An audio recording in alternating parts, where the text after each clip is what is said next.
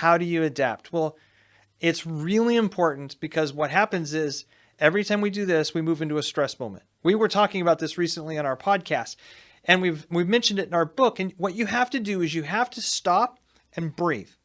Now, that's just the first thing. Take a big deep breath and realize this is just a stress point. It's happened before.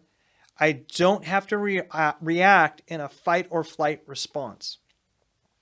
Catherine, my wife, talks about every day, taking 10 minutes. She's taking these moments where she's got a timer.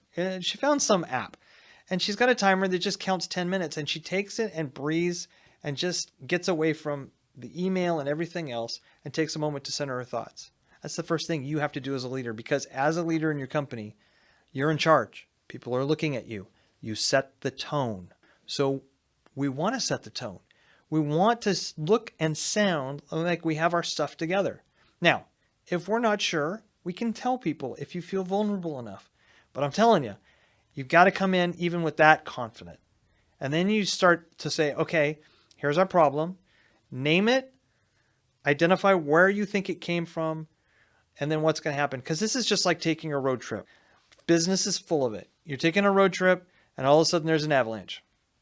The road's closed. You're going to have to back up 20 miles to take another turn off and go around another 50 or 100 miles to get around if you're going through the mountains or something like that. There's no other roads.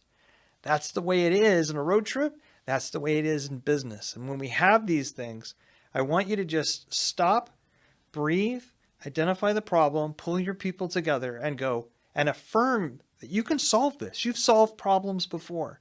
Now solve this one, breathe deep, come up with a solution, and then work the solution.